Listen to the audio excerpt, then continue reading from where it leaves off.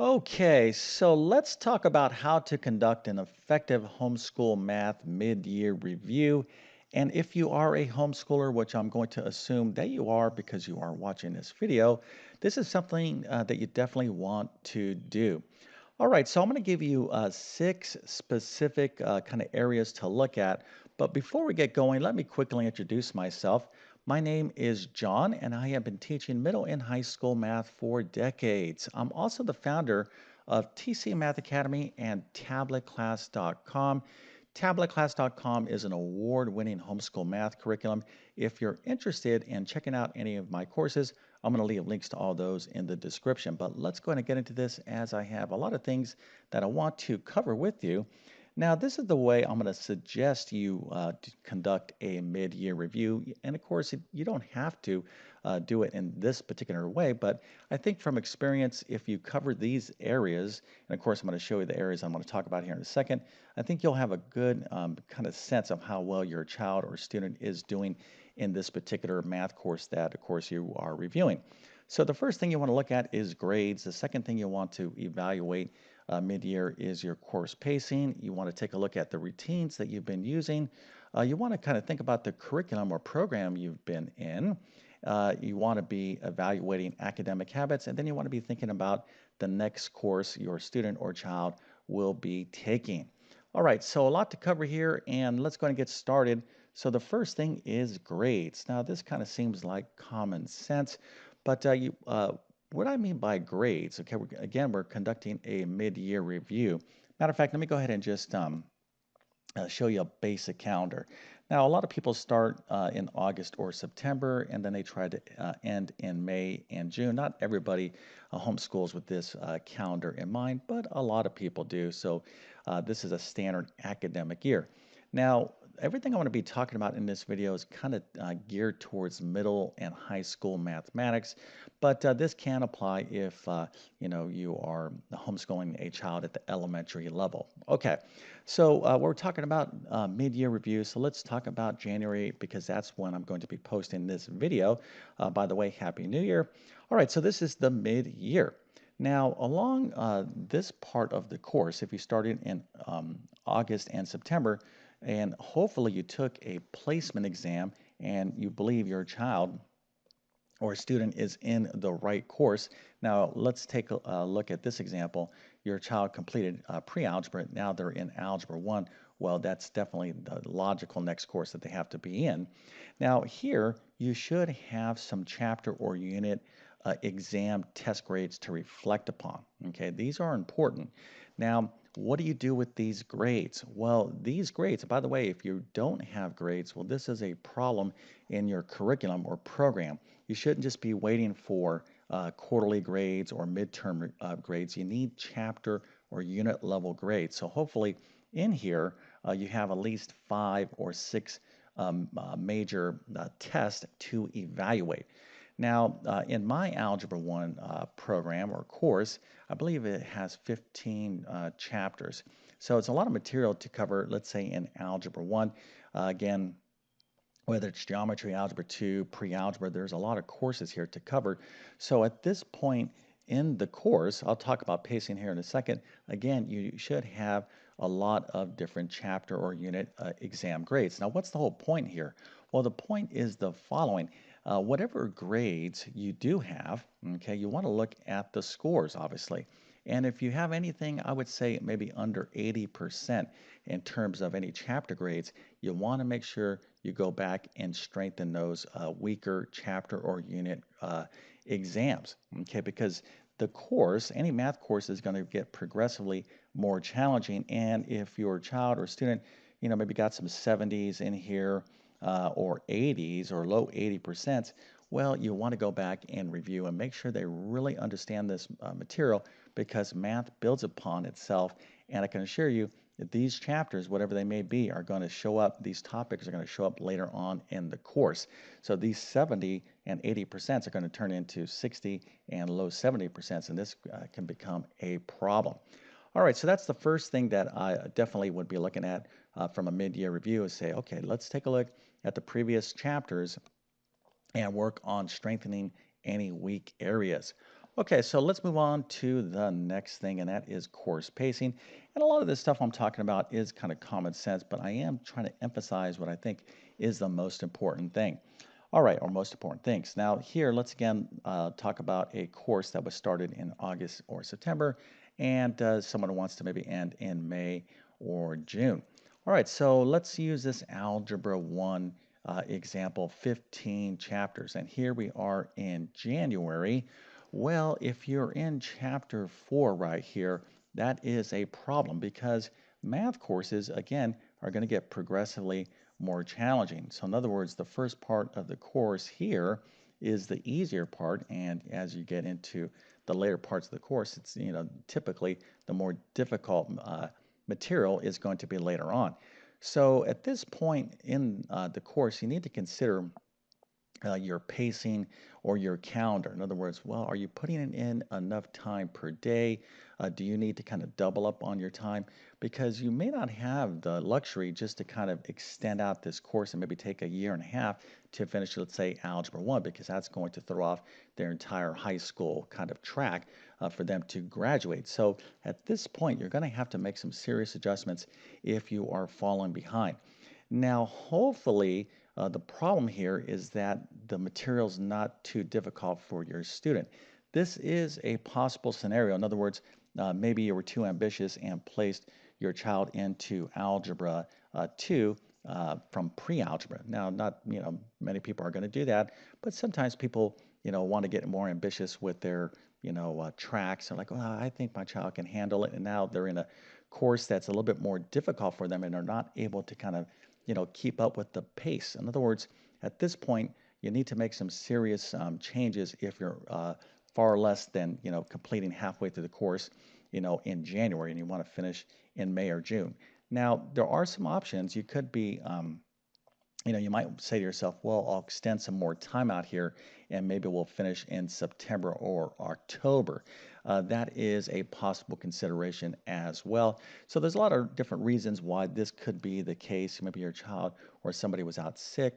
Again, a lot of personal things that can come up, but you're going to have to make some adjustments if you want to finish the course on time.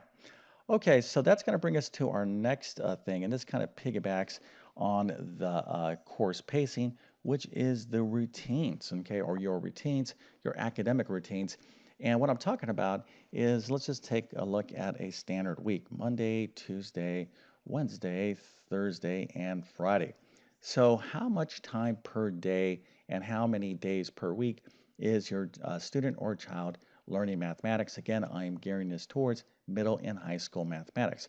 Well, let me go ahead and just tell you right now, it's my strong belief that your child or student needs to be learning math every single day, Monday through Friday. Okay. Now, typically, most students, let's say in high school, are going to get maybe a close to 1 hour of instruction. At least they'll be in class for an hour, and you could probably figure on maybe up to an hour in homework. Okay, and it could range from 30 to 45 minutes, maybe up to an hour. So you're talking at least 2 hours per day. Okay, this is pretty standard, especially at the high school level.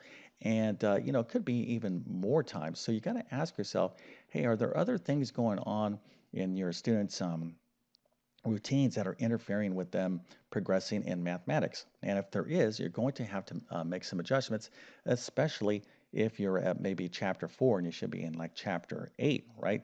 So at this time, you need to make some, maybe some sacrifices if you have a schedule. Maybe some extra curricular activities need to be moved around, but it's going to be up to you. You're going to have to make a value or judgment call on whether you in fact are putting in enough time to finish the course or learn the material. I can just tell you right now, you want to go for complete immersion, right? It's not a good way to say, all right, on Monday we're going to work on math for 5 hours, and then over in these days right here, there's going to be some extracurricular activities, and then on Friday we're going to go back to math for another 5 hours to try to make up all this time in between that you're taking off. That's not going to work because this is too far away from the subject. In other words, there's not going to be there's going to be a good chance that your student or child is going to forget this material. So you want to focus on retention, and the best way to keep that retention and that momentum going is to really have, to see math or doing math every single day. Now, of course, there are exceptions. Every student can be a little bit different, but again, we're talking about a mid-year review, so evaluate your routines and modify them if you need to. Okay, so let's move on to the next thing, and that is your curriculum. So, what program are you using? Okay, how did you select your current homeschool program? Is your child, are they successful with it? Are they doing well? Now, you got to be very careful, because this can be deceiving. Now, what do I mean by that? Well, let's suppose, again, we're talking about algebra, okay, and I'm going to be very careful here not to talk bad about any other homeschool program out there. But here's the thing, a lot of students can be acing tests or like, oh, chapter one, I'm doing good. Chapter two, wow, look at this. I'm already in chapter eight and it's only 2 months into this course. Okay. Now, if your child is just going through this course super fast and it seems to be very easy for them, well, this particular curriculum that you selected may not be rigorous enough. And this can come back to kind of, have some negative implications later down the line. This can happen. You got to be very careful. Okay. So again, if your child is almost done with the course and it's mid-year, you have to ask yourself, well, is this because my child is just an awesome in math? And they can very well be awesome in math, but your child should be challenged. Okay. Now, if they're great in math, hopefully you selected a rigorous, comprehensive program for them, right? So for me, my philosophy in math is this, especially high school level math. The whole idea behind high school math, in my humble opinion, is the following: is to give students the option to go to college or university, even though they may not. Maybe they go into the trades, or maybe they're going to go into the military, and that's perfectly fine as well. But every student should at least get enough math behind them, enough college prep math, that if they do decide, let's suppose, and I've seen this through the years multiple times, a lot of students will be like, I have no intention of going to college. And then come their senior year, they're like, you know what? I actually want to go to college. Okay. Well, for those students that were saying, well, I don't want to go to college, and they take easy kind of, non-challenging math courses, they're not going to have that option. So you want to keep your options open, and you want to keep your child in a comprehensive, rigorous curriculum, some sort of online program. Now, of course, you're going to have to do your review. Obviously, I feel pretty strongly about tablet class math. I am the teacher. I have a degree in mathematics, a master's degree, but I've been teaching for many, many years, and my courses are designed to get students, eventually ready to take calculus. Even though they don't have to take calculus, if they're going to learn math, they should learn it in a very comprehensive manner. So you're going to have to evaluate curriculum.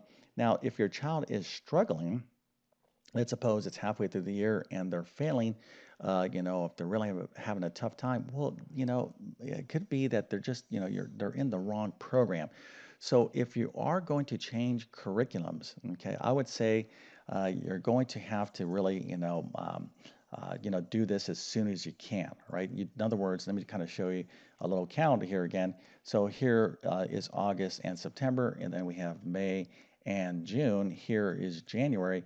You don't want to change curriculums right over here in April. Okay, so in other words, you're in what you think is the wrong program for your child, and you're like, you know what, we're going to switch for the last month.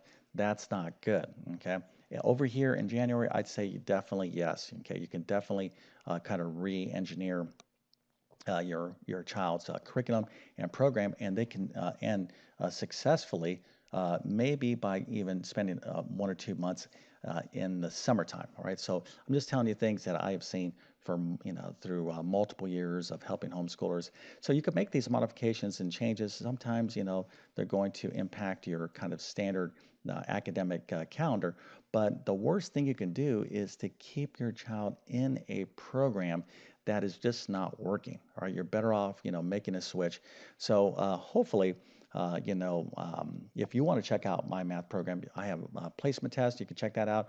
But check out other programs. But your child and you should feel good, and of course, you should see the results for whatever curriculum you're using in your child's success. All right, so let's go ahead and talk about the next thing, which is academic habits. Now, a lot of times people say, "Oh, my child is in a bad curriculum or bad program," but in actuality, they may not have strong academic habits. Okay, so these are some things that you need to be evaluating, and at the mid-year, you should ask to see your child's notes or your student's notes. This is a perfect thing. Now, you don't even have to wait for the mid-year. These are things that you should be evaluating on a daily basis, a weekly basis. If your child or student is not taking comprehensive notes, well, this is a definitely very detrimental to their retention and success, and not just in math, but all academic subjects. So note taking is critically important to be successful in math. So you can ask, hey, let me see your notes and take a look at the quality of the notes. Could you learn from the notes? Is it, do they have neat, structured, clear, logical, detailed, comprehensive notes? If they don't, well, guess what? You can start working on that. You can have a discussion on saying, hey, we're going to raise the standard for note taking.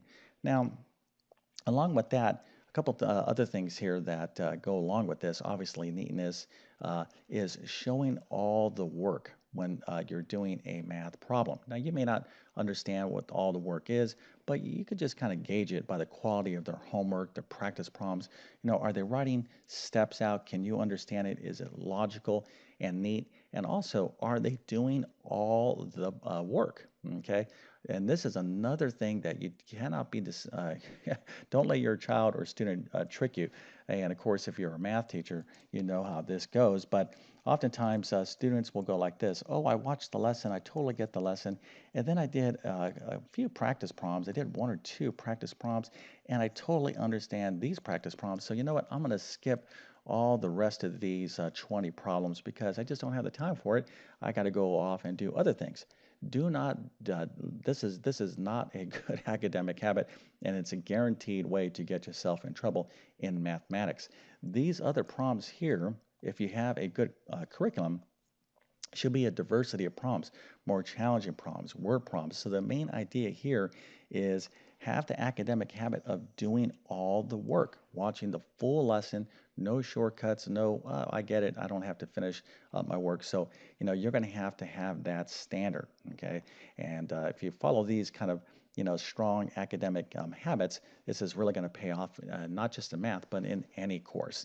All right, so let's go ahead and talk about the last one, and that is the next course that your child wants to take or what you're thinking about them. So here, again, let's use the example August and September as a start date, and over here, May or June for finishing up. And we'll use Algebra 1 as an example course. Okay, so here it is in January, and let's say you need to make some modifications to this course. Now, one of the things that you need to evaluate is, all right, what is the next course that's coming up? So after Algebra 1, definitely you should be taking geometry, but you need to be thinking about when you can kind of start this course, all right? In other words, are you going to finish Algebra 1, on time? Do not ever rush a course to get to another course. This is kind of the main point here. So you're going to have to make some modifications to your calculator, or at least to be thinking in those terms, mid-year at the mid-year point. So if you're falling behind or if you're having a tough time, you can still get your child or student ready to take geometry, but you might have to kind of, think forward ahead, multiple months on when you may have to start that. In other words, you may have to work a little bit through the summer, but what you don't want to do is say, hey, listen, we have to go on summer vacation here, and then you have to start geometry in August and September. So we're going to just cram and compress all this Algebra 1 in here, even if you don't really understand it. That's not good, okay? Again, you want to conduct an effective homeschool math mid-year review. So the better alternative here is to, obviously start increasing the amount of time you work per day, and you can possibly still finish successfully on time, but you're going to have to make some modifications. But even if with all those modifications you're still not done when you wanted to be finished, then consider or try to tack on a little bit more time, another, a couple weeks or a month or two, into the summer so you can start your next course. Okay.